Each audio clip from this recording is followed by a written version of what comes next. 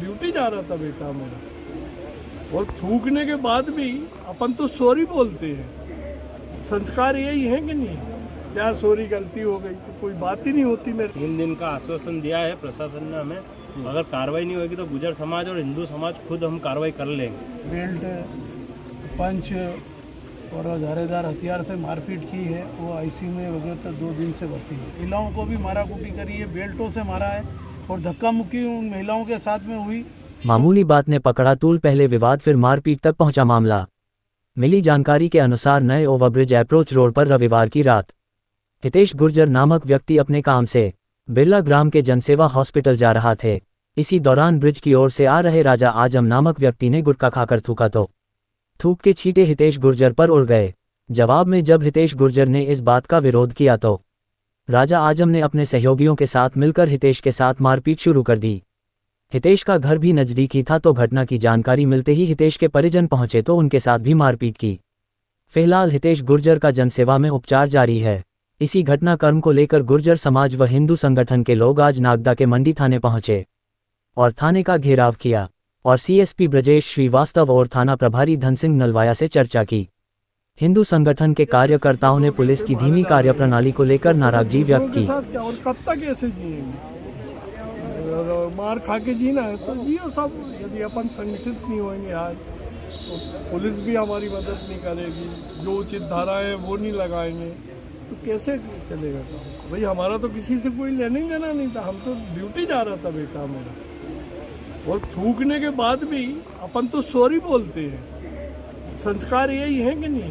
क्या सॉरी गलती हो गई तो कोई बात ही नहीं होती मेरे, जहाँ तक मैं सोचता हूँ। इसका मतलब कि इनने मना किया होगा और उनने चढ़ गए। अब आप लोग देख लो अब क्या है अपने समाज की व्यवस्था और कैसे चलेगा। आप यहाँ थाने आए और आपने जो सीएसपी साहब से बात की है तो क्या आपको क्या मिला? आश्वासन तो हमको कल से ही बहुत अच्छा मिलना पुलिस की तरफ से। कल रात को भी थाने में अमदाद साहब आए, बहुत अच्छा रिस्पांस दिया कि अब आज चुनाव हो जाने दो, उसके बाद में आपकी पूरी कंप्लीट कार्रवाई करूँगा।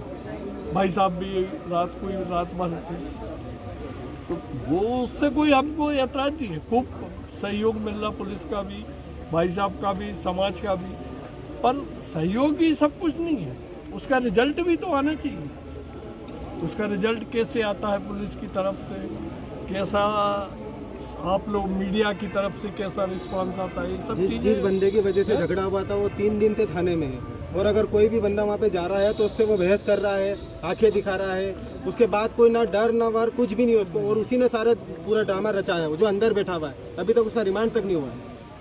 3 दिन का आश्वासन दिया है प्रशासन ने हमें, अगर कार्रवाई नहीं होगी तो गुर्जर समाज और हिंदू समाज खुद हम कार्रवाई कर लेंगे।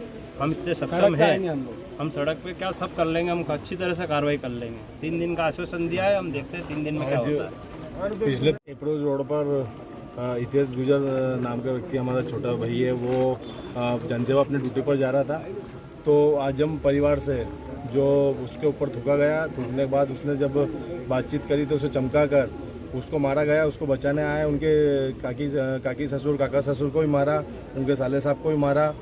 उसके बाद मारने के बाद और दादागिरी भी बताई उनने।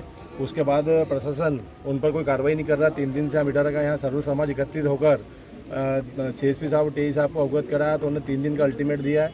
अगर नहीं होती है कार्रवाई उन पर तो बहुत जल्द सब समझ समाज और गुर्जर समाज पूरा रोड पर आकर अपने हिसाब से कार्रवाई करेगा। जय हिंद जय भारत। 2 दिन पूर्व जो हितेश जी गुर्जर के साथ में एक थूकने की बात को ब्रिज के ऊपर रात को 10 बजे के लगभग जो घटना घटी है और उसमें उसका विरोध करने के बाद में एक बदमाश प्रवृत्ति के लोगों ने आकर जिस तरह से बेल्ट, पंच और धारेदार हथियार से मारपीट की है, वो आईसीयू में वगैरह 2 दिन से भर्ती है, जिसकी हालत गले के यहाँ पे भी उसके टाँके आँके लगे, हाथ पैर में लठों से भी मारा गया। तो वो एक गंभीर विषय है और सामान्य घटना को जो बदमाशों ने लगातार ऐसे उसमें ये लोग हैं उसको उसमें आरोपी नहीं बनाए। प्रशासन ने जानबूझकर राजनीतिक दबाव में या इनके लाभ सुख के चक्कर में नहीं बनाए। हम ये चाहते हैं, इनका परिवार भी आया और इनने अभी सीएसपी साहब ब्रजेश जी श्रीवास्तव से मिले हैं कि हम ये जो कार्रवाई हुई इससे खुश नहीं है, क्योंकि कार्रवाई विधिवत होना चाहिए। जिसने 7-8 जन पे महिलाओं को भी मारा कूटी करी है, बेल्टों से मारा है और धक्का मुक्की उन महिलाओं के साथ में हुई। तो ऐसे लोगों को वो उसी वार्ड में निवास करते हैं और ये बदमाश प्रवृत्ति के 20-20 केस इनके ऊपर लगे हुए हैं, 8-8, 10-10 हर के केस लगे हुए हैं। ऐसे लोगों के साथ मारपीट, ये लोग मारपीट कर रहे हैं।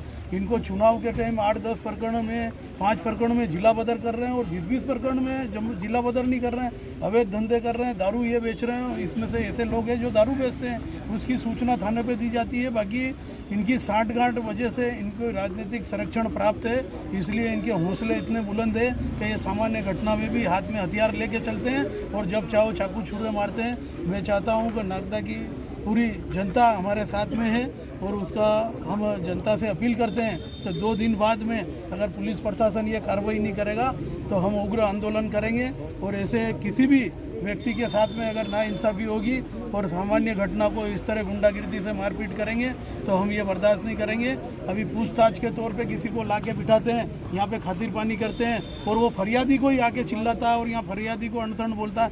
ये थाने की हालत है, ये हमारे लिए शर्म की बात है। और मैं राजनीतिक लोगों से भी कहता हूँ कि यहाँ पे नागदा में बड़े बड़े दिग्गज नेता बैठे हैं भाजपा और कांग्रेस में, इस विषय पे मौन धारण किए हुए हैं। उन पे भी हमको कहीं ना कहीं शंका होती है कि सामान्य आदमी के साथ में अगर ये घटना होती है तो उनको आगे आना चाहिए और इन पे पुलिस प्रशासन पे दबाव बना के और कार्रवाई करना चाहिए ताकि एक व्यक्ति को इंसाफ मिले और नागदा की जो सामान्य जनता है उस पर विश्वास उस पर नेताओं पे भी बना रहे और प्रशासन पे भी विश्वास कानून का बना रहे। इतना ही कहूँगा। जय श्री राम।